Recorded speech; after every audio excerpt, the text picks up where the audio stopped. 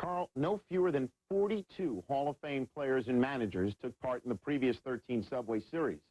From Home Run Baker to Pee Wee Reese, from Frankie Frisch to Jackie Robinson, from the Iron Horse to the Duke of Flatbush. In the first two Subway Series, 1921 and 22, all the games were played in the Polo Grounds. Yankee Stadium had not yet been built. The Giants took both, sweeping in 1922 when the Babe went just 2 for 17. And then the Yankees took the next 9 Subway Series. The phrase, "wait till next year," captured Brooklyn frustration as the Dodgers lost 4 series to the hated Yankees from 1947 to 53.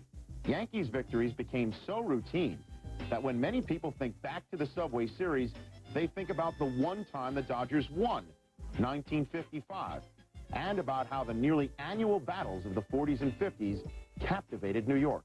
I think New Yorkers kind of got spoiled with the Subway Series. They thought that it belonged in New York. Why would it be anyplace else? This is New York. Where else would you have the World Series? You'd have the sense that the whole city stopped when the ball game was going on. Downtown Brooklyn, they had a scoreboard put up, and they would post the scores, 0-0, right through, and people would look up. They'd have it inning by inning.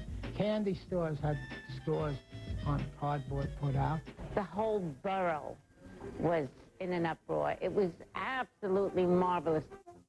Subway Series produced myriad moments that became indelibly etched in baseball lore. In the 1923 series opener, Giants center fielder Casey Stengel, who later managed the Yankees, displayed a flair for the dramatic. The first World Series game ever played in Yankee Stadium.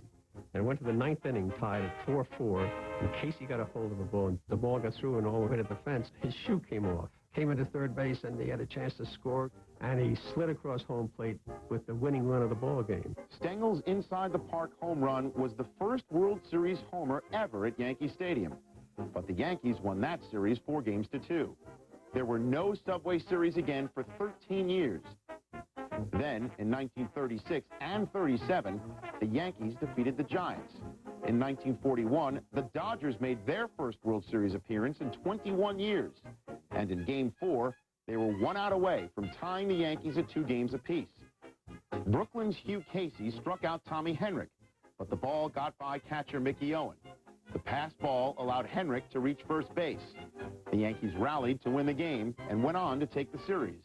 The name Mickey Owen, like Bill Buckner's nearly a half-century later, became inextricably linked with a defensive lapse. 1947 marked Jackie Robinson's integration of baseball and the beginning of a wild decade for New York baseball. 7 Subway Series in 10 years. The Yankees beat the Dodgers in a 7-game series in 47, but 2 Brooklyn highlights have stood out since.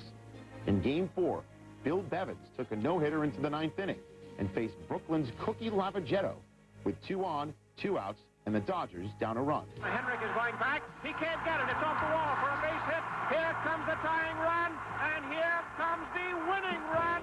It was the last hit of Lavagetto's 10-year career. In the 6th inning of Game 6, a little-known outfielder, Brooklyn's Al Gianfrido, became forever connected to the great Yankee outfielder, Joe DiMaggio. Back. He makes a one-handed catch against the bullpen. Oh, doctor. The ball ended up in the webbing of my glove, and my roommate, Carl Furlow, was playing center field, runs over and picks up my hat. He said, "Did you get it? Did you get it?" I look in the webbing of my glove, it's there. In 1949, Tommy Henrich hit what we would now call a walk-off home run against Don Newcomb to win the opener 1-0 over Brooklyn.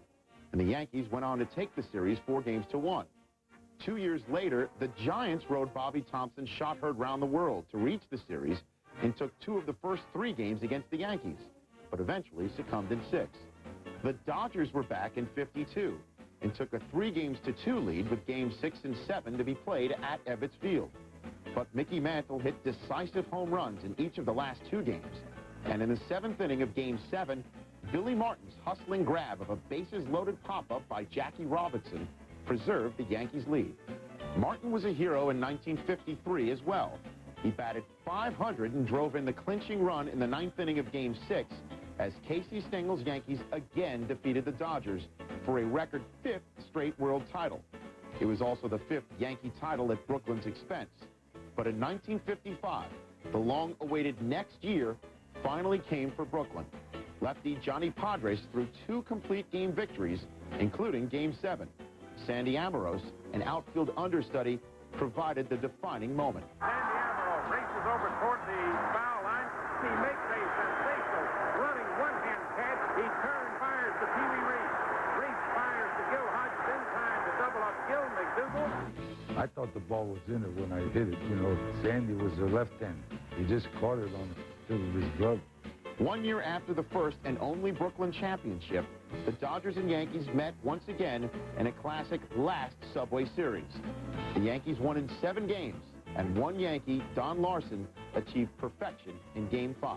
Strike 3! A no-hitter, a perfect game for Don Larson! I didn't know it was a perfect game until somebody told me in the clubhouse. I knew it was a no-hitter, but I didn't know what a perfect game was. Larson pitched the first and only perfect game or no-hitter in postseason play. 2 years later, the Dodgers and Giants moved to California. And by the mid-60s, both Ebbets Field and the Polo Grounds were gone. Nowadays, the Subways are still around, and so is Yankee Stadium. The Mets are the heirs to the National League legacy of the Dodgers and Giants. And Carl, their uniforms were designed to incorporate blue from the Dodgers and orange from the Giants. That's right, Rich.